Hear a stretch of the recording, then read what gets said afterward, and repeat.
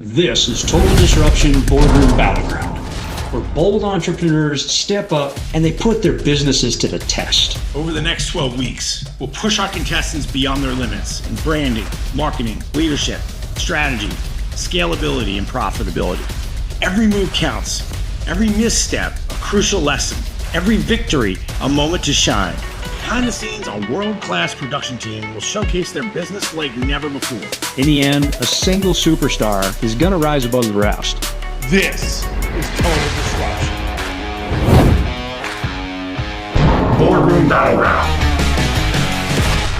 Welcome back to Boardroom Battleground. I'm Dr. Jake Clendenning. I'm a clarity coach, a mindset mechanic, and your guide through the numbers most entrepreneurs avoid. And I'm Michael Libercci, a business builder, a margin hunter, and a proud survivor of 2 full episodes of live footage with zero filters. Last week, we took a step back. We reviewed the journey so far, broke down the turning points, and called out the slackers.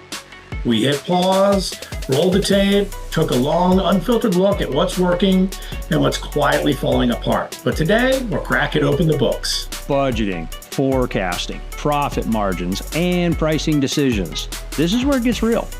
Because no matter how flashy your pitch, if the math doesn't work, neither does your business.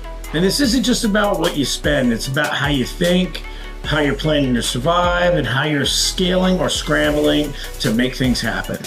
In the boardroom, we'll be watching through those 4 key lenses. Execution. Are they using tools and data to keep real control of their numbers? Growth. Are they positioning themselves to scale profitably? Strategy. Are pricing and cost decisions aligned with a bigger plan? And of course, their leadership. Are they facing the hard truths or flinching from reality? This is the wake-up call. The episodes where confidence meets cash flow and one wrong number can cost everything. Let's see who's running a business, and let's see who's running an expensive hobby. I came from the corporate world. I was CFO. The Olympic Committee kind of came up through the accounting ranks, but then just got kind of burned out on corporate life. And so I turned that to helping entrepreneurs understand their financial statements, because through networking, I had seen that it was a turning point in their business when they took the time to understand financials. I designed this to be kind of universally used, whether you're a card manufacturer or a nail salon, and really your expenses for your business production is what they are. But what I'm trying to do is make the most with the least in the shortest amount of time. Or that's what I'm gearing this spreadsheet up. So if you tell me, Emily, I need to get, if I could get $10,000 more in this month, that would mean you'd have $120,000 more a year over 3 years. If that's 80% profit margin, if you're a service-based business, what is that close to? 85,000 times 3. What is that, about $255,000? That would raise you making 10 grand at 80% profit margin because you're a service-based business. That's $250,000 more if you were going to sell your operation, right? And so my spreadsheet has those kind of calculations in it. But then what it also calculates, how are you going to get that extra 10 grand? Are we going to run Facebook ads? Are we going to run a mail campaign? How much is it going to cost? And we track it so we see what the return on the marketing was. Hey, here's some great strategies. Here's some great ideas. Kick the tires, try it out. Right? That's why we're here, to give some ideas and perspective and put things under a filter. So I'm not out looking for funding like Corey is. It's more of, how do I just get more people to know about it and to see the opportunity to be involved in such an breakthrough technology, and then reap the benefits of the award from a financial side as well, to have multiple streams of income. It's very exciting. I like your product. I like your mission and your story. Do you think it's easier or harder to raise capital on a business when you're pre-revenue? Or do y'all want to start making some money now? We fill out these charts. And what is y'all's opinion of that? What I really focused on was educating entrepreneurs now and, before other executives on how to understand their financial data, because with that, they can make better business decisions to drive their businesses forward. And that's really, I think, where you see turning points in, a small business is where they actually take the time to educate them on what the numbers mean, not just throwing together a quick budget and some, projections that are going to hopefully go. But using especially cash flow, where is all of our cash and what can impact us having more cash in the bank to use, or where can we cut costs? I think a lot of the things that require money, even at this stage, like keeping people, is moving in the wrong direction. So I've had a number of businesses in my life, and some of them have seen fantastic cash flow. And so just knowing the difference, right? Knowing the difference between thinking every day your company could have more money in the bank and potentially pay more dividends, and right, that's really where you can throw that gas on the fire. I think that's probably going to be our make it or break it, is our working capital. And the cash flow is it's a tide, right? It's a ebb and a flow, and it does come in and it comes out. But I think ultimately, if you look at a shoreline, if the tide doesn't keep coming in, then stuff starts to get really dry and cracked. And so I do have some pretty profound concerns. And I think every business leader, every executive, every founder, really should. Without cash flow, there's nothing. There is no business. So I think it needs to be more than a priority. I think it needs to be the priority. Time this launches, we'll probably have something like 500,000 or so users. So if this then goes out to a bunch of people that can learn what we're doing and hop on and play with it, then this will be hugely net positive. It's a visibility play, which is great. I mean, we see numbers in the tens of billions, hundreds of billions. It's overwhelming, especially being a startup and having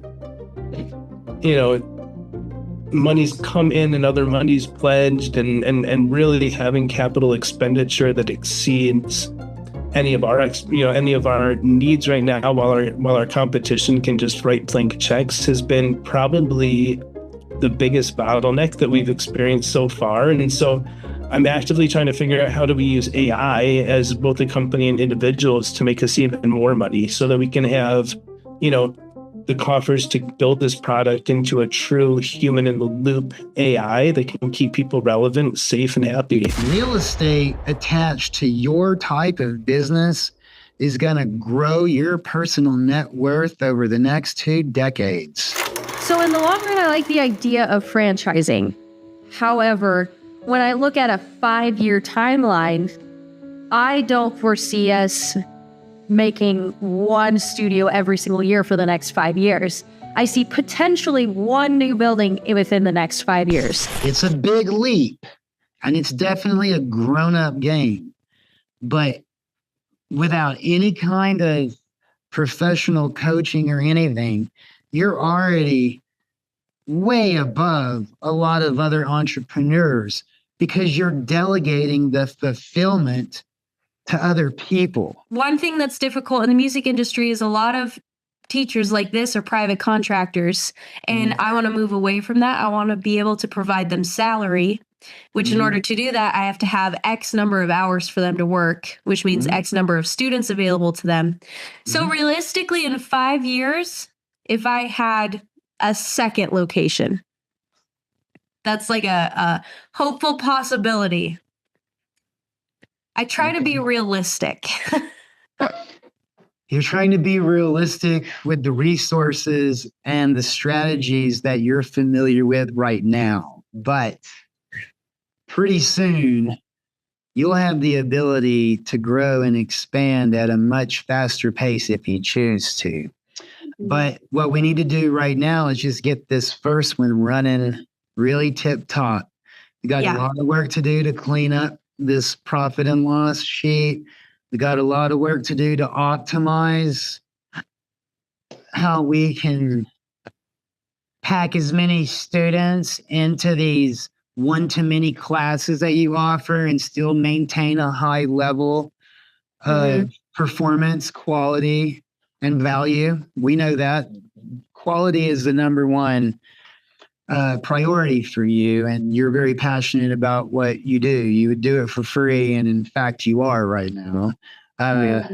So let's just figure out how we can have you teach as many people music as you can, and still run a respectable profit off of doing it at the same time. So I had thoughts in my brain because that's where thoughts go, about franchising and also about retaining teachers. So there, for me, it's two separate thoughts. One, if I was going to franchise, I would, get an entirely different building in an entirely different state, even, which I'm excited about. This area here in Utah, the market is very saturated for music schools, and I know that if I went to a bit smaller of a town in a more rural community, especially one that has money, like Coeur d'Alene, Idaho, I think a music school would do very, very well there, because you could ask for more money for the same service. What is your max capability right now? How many clients can Upbeat Performing Arts help Upbeat before you have to hire more? We like to find out what that is. That is called a performa. A lot of times, if you're going to put investment pitch deck together for raising capital, one of the things that someone would want to see probably is called a performa.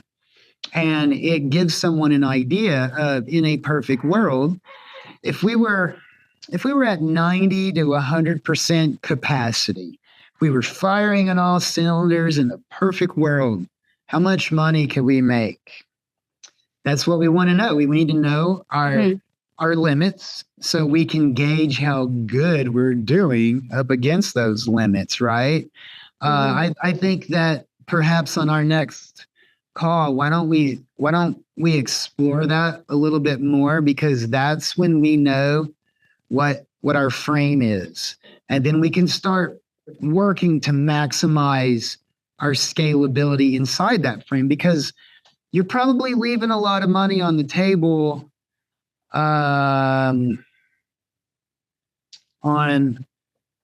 not packing in as many people. Maybe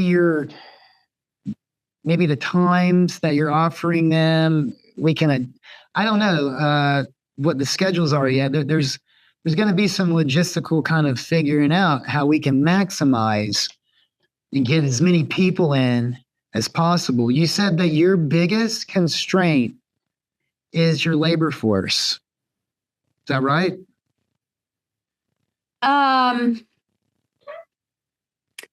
Well, what biggest constraint as in like how much I have to pay them or their availability, or?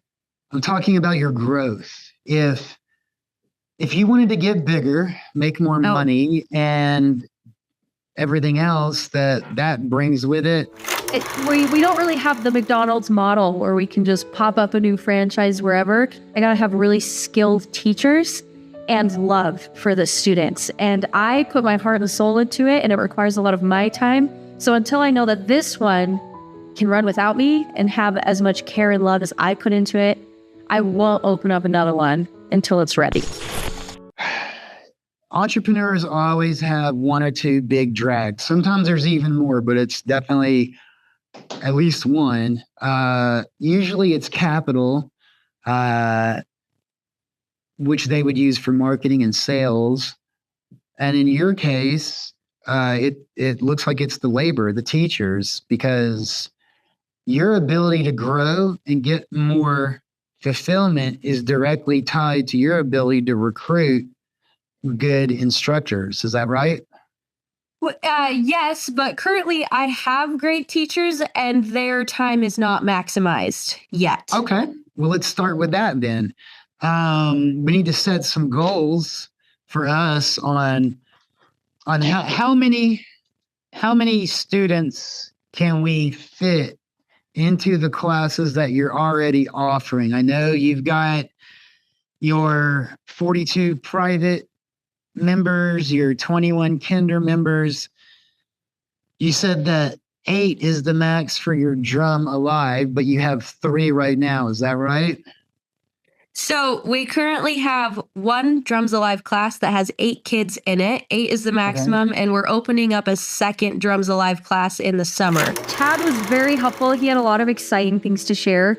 But in general, I think I was a little bit overwhelmed with his enthusiasm. I feel like I don't know if I'm grounded or if I'm a bit pessimistic, where some of the things he was talking about, I was like, ooh, I don't know how feasible that is for us. Like, I have all the spreadsheets of how much a course costs, all that, profit, all that. But I didn't have a system to like, okay, how is my business doing this month? How's it done this quarter?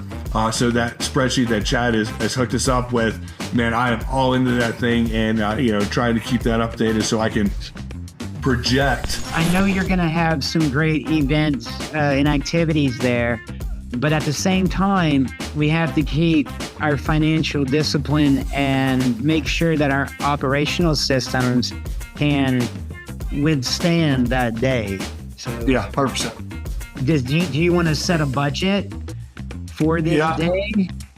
So so it was funny. I have the budget set for the event, like the normal event, but I don't have the budget set for the grand opening. What are we going to do for the grand opening? And so I'm going to talk to my number one advisor, which is not you, Chad. Sorry, it's my wife. The property is a debt to me right now, even though it is an asset. I'm still paying. I don't own it. I have a business loan that is starting to pay on. And then I have other costs that I owe. So I have 3 major ones that keep me up at night. If you stick to your P&L and you continue paying close attention to it, you can manage debt. Let me explain how a good example of debt is. And this goes into your cash on cash return. All business owners, cash on cash return is really what you're bragging about. Okay. It's not how much money you made. It's how much money you had to spend to make that money. And those that are the most successful of the entrepreneurs will always brag about making the most, needing the least to do it. All right. Yeah. So cash on cash return, as you get more involved in this business, as your revenue streams grow, and they will, you will hit a point, if you're not there yet, where you just can't, you've already maxed out everything you're doing. You're going to have to take on some other form of capital. And cash on cash return is what you keep in mind when you use debt. Here's a good example of that. If you're going to buy $1 million apartment and you paid cash for it and you got your rent, let's say you made $10,000 a month in rent, and you sold it in a year from now for $1.1 million. Okay, that's pretty good. You made what? That's $120,000 during the year, minus whatever your taxes and insurance are, and then you made the extra $100,000. So let's just say you made $200,000, but you had to spend $1 million to make that $200,000. And so as long as you approach this the same way as everything else you've done in your other career, I think you'll be just fine managing your business debt. If you have a consistent amount of deals coming in, the system becomes a lot more predictable because we're consistently able to find that next deal and then move the capital from one deal to the next deal. So the client experience is going to improve because they're going to make more money as a result of being part of the system, which is going to make them happier. And happy clients who are making money are kind of the whole element of my business there. So I'm excited about just being able to filter more leads so we can find better deals for these clients. I taught you how to analyze deals now. Yes. And that, just like I don't want to clean my own gun, maybe they just want to invest with you and let you do it all. And so my target client, right, is the guy who doesn't want. I mean, I have a couple of clients who came in, they did a deal, like, I got enough, Donnie, I'm going to do it on my own from here. It's like, that's cool. I love graduates. I don't want anybody to be stuck with me for life. But my preferred client avatars, I'm way too busy for this in general. I want to make money for houses. I just don't want to do the day-to-day stuff, right? It's still going to be value plays. You can still buy stuff under market, sell it at market. But the reason the big hedge funds are dumping their long-term real estate inventory is because the appreciation prospect is just not what it's been. We are in the age of abundance right now. This is the golden age. You need to reframe your mindset right off the bat. You're going to make more money. Your family's going to have, at least at the bare minimum, the same standard of living that they have right now, but it's probably going to be even better. And you're going to spend more time with them if we track your time and all the other stuff. But I mean, right now, look, hey, we got to get Cinderella ready for the ball. There's a lot of raw talent here. We got to get you ready for the pros and get you cleaned up. That's what we're hoping to do, Garrett. Right after I dropped $7,500 in earnest money on this deal, like the day after, the lender reaches out and says, we can only fund a portion of the deal, leaving me with about $100,000 gap between what I need to close on this thing. And I've got about a week to raise $100,000. I can do it. I've done it before. I'm pretty good at raising capital. So, I'm getting on the phone and I'm pinging my investors, and I feel like I will still get it done. But man, this journey as an entrepreneur is never a straight line, and that's what a lot of people take for granted, is that, we make all this money and it's always happy. The reality of being self-employed is the buck stops with you. Extreme ownership suggests that you have to make the decisions that affect your life always, and you can't blame anyone else for what happens. So ultimately, trusting this lender, or, putting my faith in this lender enough to put $7,500 on the deal. Sometimes you're really cash poor. And so, like, how much money do you have to put into your operation and your machine? I will either get this deal closed, or I will lose the $7,500, and that blows. But it's also the nature of the biz, and so I'm taking it in stride today, but I'm frustrated. I'm going to make a copy of the entrepreneur scorecard for you so we can get this party started. You got to go back to my utopia. I have this vision of this being this massive national system, but the reality is I really just need this to have 50 clients doing 4 deals a year, right? That'll be 200 deals. I average $15K markup per deal, so we're talking $3 million. After we cut out my cost of, running the team and everything, I'm keeping maybe half of that. It's not the $3 million a year I want to take home, but I'd be in a great spot financially without having to actually flip properties. So I don't need to scale this side. I need to scale the education side, really, and teach people how to do this without my investment. Who am I calling for questions? Who am I calling to discuss what's on those videos? I don't mind giving access to answer questions. I just can't be available all the time. Like, I'm struggling with my schedule as is. But if I could time block, or had to time block an hour a week to go on the group calls, I would love it. It would be fun for me to meet with newbies, especially newbies who have paid me. Would you pay $35 a month to have a few things you use in your business, but also have like a little VIP community where once a month for like an hour or two, or going over deals and whatnot, if you know that everybody's a caliber of entrepreneur? If we had 1 million people following us, right, and 1% of them are willing to part with some amount of money in exchange for our knowledge, we'd be talking about this from our condo in the Bahamas. Next time on Boardroom Battleground. They faced the numbers. Now it's time to face the music. 50% of our income is going to expenses. Next time, we shift from balance sheets to business plans. Because if your business doesn't run without you, it's not built to last. For $99, you get all the best. Some are going to embrace this process. Others are going to resist it. How do I use it? Do I prompt the same way? But the truth is simple. You cannot scale what you have not systemized. Today was all about facing the numbers. Because when the emotions fade and the hype settles, the numbers are what tells the truth. Mark continues to prove why he's a front runner. Clear thinking, confident choices, and steady execution. He's not just holding his ground, he's building on it. Samantha, though, she's in her own way. She's not just resisting the numbers, she's resisting her own dream. The vision is there, the grit is there, but until she embraces financial clarity, she's going to keep slowing herself down. And that's what today revealed. Who's leading with intention and who's still stuck second-guessing the very thing they're trying to build. With the numbers on the table, we shift to what supports them. Systems, processes, structure. The stuff that allows a business to grow without burning out. Next episode, tools for automation, implementation, and everything it takes to make growth sustainable. Only this time it's a plan, not a casual conversation. And once that foundation is set, let's see who can actually build on Boardroom Battleground.